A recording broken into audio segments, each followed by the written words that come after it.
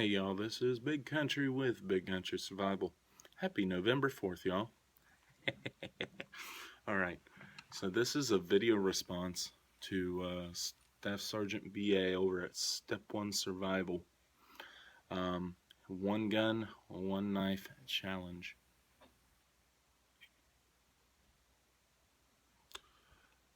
And the basic premise for SHTF, you might also already see, you might know what I'm showing you.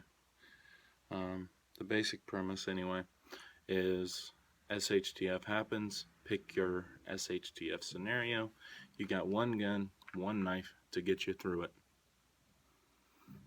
You may never have another gun or another knife again, you know. So, I'm going to start with my firearm.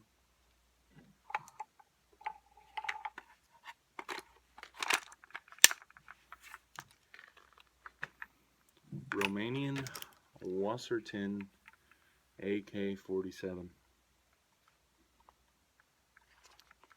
Like my little paracord job.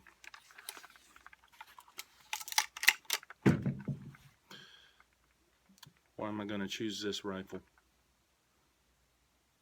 Well, first off, it's the one I got. It's one of them that I have. Why am I not choosing a shotgun? Because I believe it is the duty of every responsible man to own, the equivalent of the Revolutionary War times musket. We are potentially, a citizen soldier. I'm preparing for a Red Dawn kind of scenario for this case of this exercise. We'll call it an exercise. That's my SHTF. That's what I'm choosing. And there is a reason that the average Joe, Marine, Army, Navy, Air Force, your average military guy does not go out with a 12 gauge shotgun. There's a reason for that. What do they go out with? This type of rifle. Albeit this is the obsolete, commie version, but, it's either, an M16, something like that. I hate using the term an assault rifle, but, if I say battle rifle, I'm going to have people griping at me like this. Although I will say, ideally, I'd have this thing in a 308, because I love this gun. The only thing I don't like is the 7.62 by 39.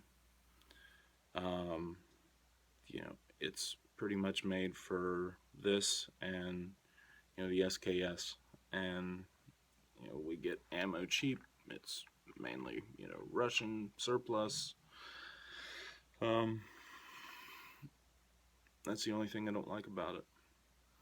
I've got stories from my dad out in the desert, and they'd find weapons caches and, just full of sand, and they just take them, and, you can probably hear how much this thing rattles, and it just rattles, and you just think it's going to fall apart, but it doesn't. I've had thousands of rounds through this thing, and I haven't even had a jam. I've never had it jam.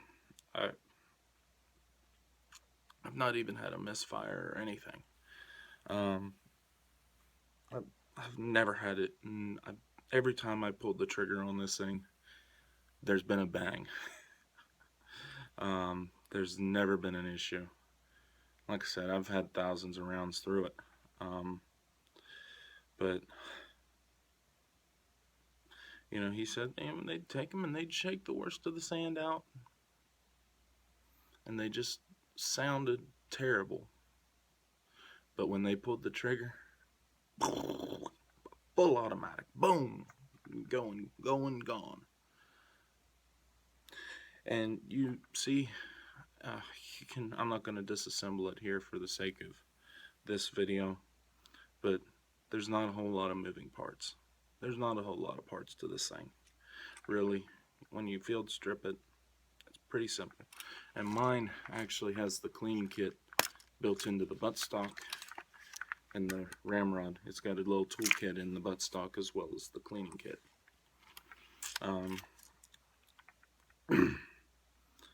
You know, and this thing's taken a beating from me. It's been dropped, you know, just on accident, and it's held up and nothing. I've never had an issue. That's what I'm going with.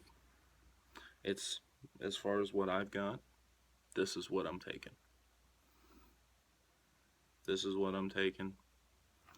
You know, if I could find something like this in a 308, that'd probably be what I would be taking.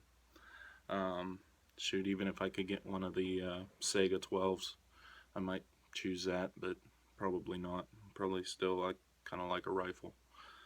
I'll reach out and touch somebody.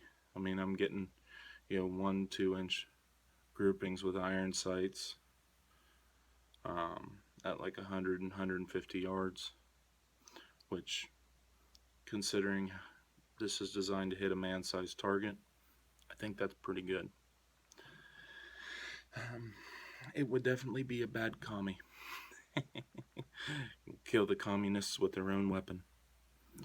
Alright, so now it's for knives. I'm gonna get on with that. As for knives, I'm not taking this. I'm working on this, making it. And actually, if I win this drawing, this is what I'm picking to get the knife sheath. This is the first knife I've ever tried to put a wooden handle on. And I built this thing up from scratch, just a lawnmower blade. You can go back and look at my video on the lawnmower blade. Another knife. I ain't taking them. I'm not taking any of the ones that I made. At least not in the shape that they're in. Taking this. My Buck Pro Line 191. Got the gut hook. It's made for working up game. And I have worked up a lot of deer with this thing. I have, you know, I've used it to break the pelvis. I've cut through gristle and, you know, joints and everything else with this thing. I've never had an issue. I just keep it sharp, keep it oiled. It's never broken on me. This thing has a warranty, lifetime warranty. It actually might be a forever warranty, I can't remember. But they put a warranty out there, and yeah, that ain't gonna work in an SHTF situation, but the fact that they think enough of their product to put that kind of warranty on it makes me feel a little bit better about this knife's longevity. Why am I choosing this over a knife that's about this size?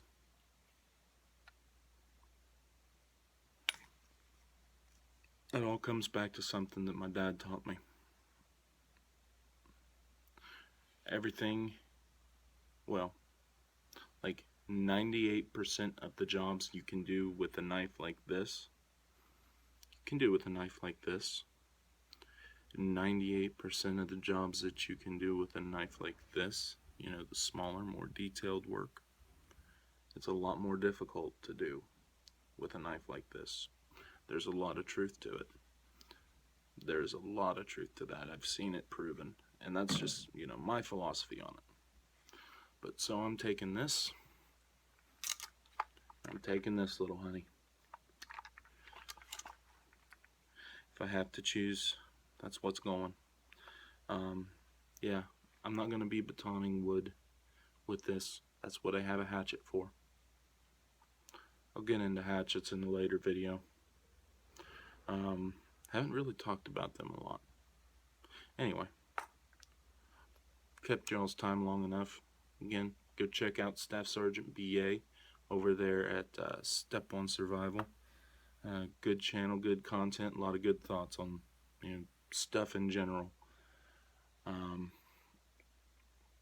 Anyway, this is Big Country with Big Country Survival. I'm signing out. God bless.